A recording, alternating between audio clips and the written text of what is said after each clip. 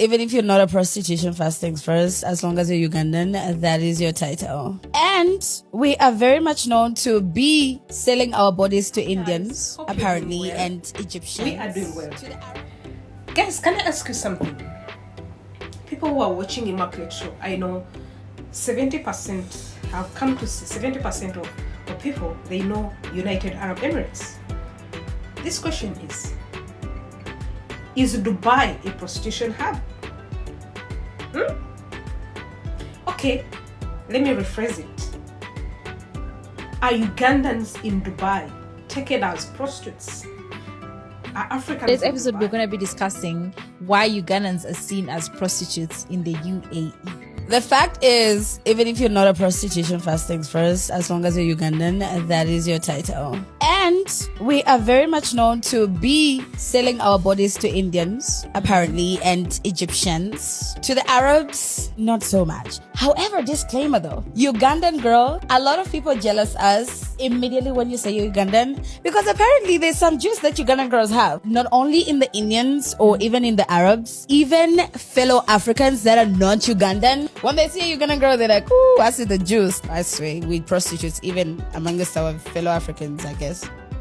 Thank you very much for coming back from that break. Hope you've listened and you understood this clip. Today, we are not fond of reacting to some people's content, but allow us today, we talk about this. Because sometimes people are misled. Sometimes people are taking words like the way they hear them. So, if you're from Nairobi, if you're from Kenya, do you have that place that is known for prostitution? I think the answer is yes. And if you're from Uganda, me, I'm from Barara, deep down in the village. But I know Kampala, there is a place where there are prostitutes. I've never seen them. In Barara town, there's a place where they tell us you can go for prostitution and you buy prostitutes. So let's come to this clip.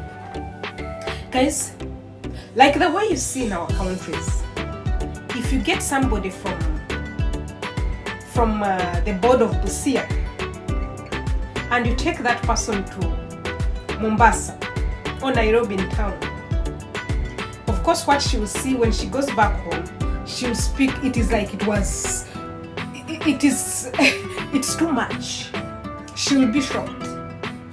So likewise, I think this is what happened with some people who come to Dubai and they see such things. Yes, as I always say, and I think you can see this clip in my video, this was made a long time when we were starting, that is last year, about Dubai and prostitution. Everybody who comes to Dubai, and you're from Africa, you're from Uganda, they think about it like that. But I don't think that Ugandans, we are taken as prostitutes in Dubai by other people and Africans themselves. I think we take ourselves as prostitutes, not other people. What do I mean? Take an instance. I've been in Dubai, but there are some places I've never gone to. Because I came to work. You came to work to Dubai. So, the way you carry yourself, the places you go to, will give you a description of your life while in Dubai. Whom do you associate with? I dare somebody who can stand up and say, hey, Josephine, you're a prostitute. Or how much, or this. Where they will find you is how they will identify you. And the people you associate with will give you a definition. So I think 50% of what is said about Ugandans in Dubai is right and 50% is wrong to me. Because the way you take yourself, the way you associate yourself. Take for instance, where do you stay exactly? The moment you stay in the middle of prostitutes, you will be called prostitutes. Even if you're in Kampala, In Kampala, you know Kampala, if you go and stay in a locality of prostitutes, you will go as a prostitute and people will ask you how much. That's why there are levels of people. That's why you see people, some stay in Marina, some stay in Alnada, some stay in Ajuman, some stay in Almajaz. It depends where you stay. If you stay in the middle of them, by description you will be like them. But if you're not staying in them, I don't see why you should be called one. Then we come to the point of Ugandans, we are called prostitutes by our fellow Africans. Some extent it's yes, some extent it's not. I will ever refuse what I'm not to. If you're not that thing, you should never be called it.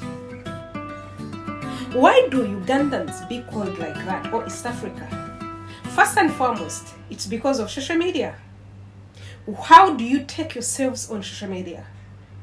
You've seen a lot of things on TikTok whereby people are fighting Nigeria, Uganda. This one they have this one they don't have this one they don't have this. So they give attraction, they give attention. They give attention and they give words to the other parties, to the other African countries. They think, yes, they want to see what exactly is there because you are the ones who go on social media, but we are not all. These are things which are done on TikTok on everybody who does it wherever they want to promote their content. So, for people who are saying that Ugandans are like that, that is a pure lie. We are not like that. It's the same way you see Uganda behaves in the capital city. If you took me from Chiruhura and you put me in the middle of Kampala, the moment I go back, I'll give a word. What I've seen is enough. Because it wasn't my time. That's how not I was. So, this is not a thing. The locality defines you. Ugandans are not like that. It's like any other place. I used to tell you people, it's like any other place, like the way we have prostitutes in Nigeria, in Philippines, everywhere. That's how it is. Then we come to, again on the point of the way other countries, yes, will look at us, especially because we look vulnerable. One way why Ugandans are taken like that, we always put our state in that vulnerability state. Is it in church? Is it at work? Is it where we stay? We are always showing vulnerability. We're always showing the weakness. We always cry for pity. We always cry for help.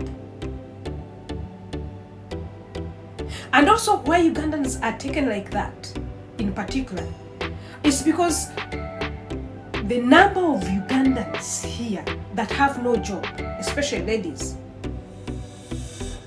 is rising. So when they land on a man, they want to get accommodation free, they want to get money, they want to get assistance, they want to get everything. Then the people side who look at the Ugandans doing that, they generalize it. This is the worst thing I hate, and I've ever heard it from someone I know saying Ugandans.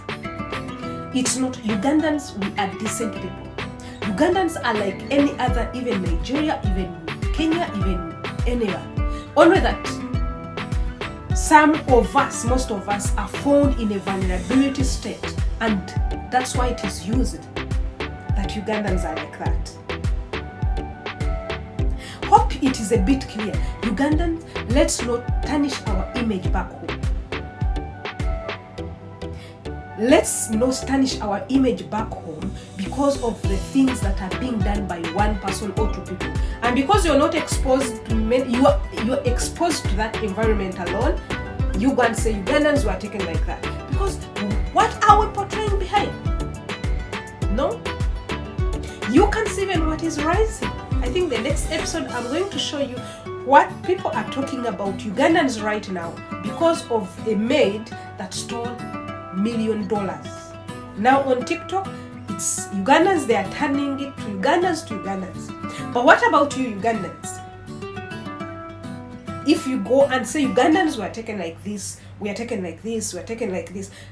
No, it's a lie. It depends on the locality you're in. If you find you in the middle of prostitutes, people who will see you will take you as a prostitute. If you find you in the middle of corporate people, you'll be regarded as corporate people. If you find you in the middle of clubbers, they'll take you in another way.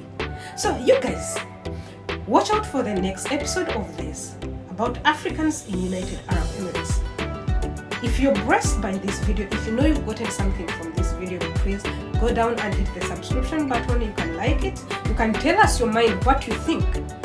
What are Ugandans like in United Arab Emirates? Is it really that they are like prostitutes? Are they taken like so? Are they? Hey, no. See you next time. Love you all.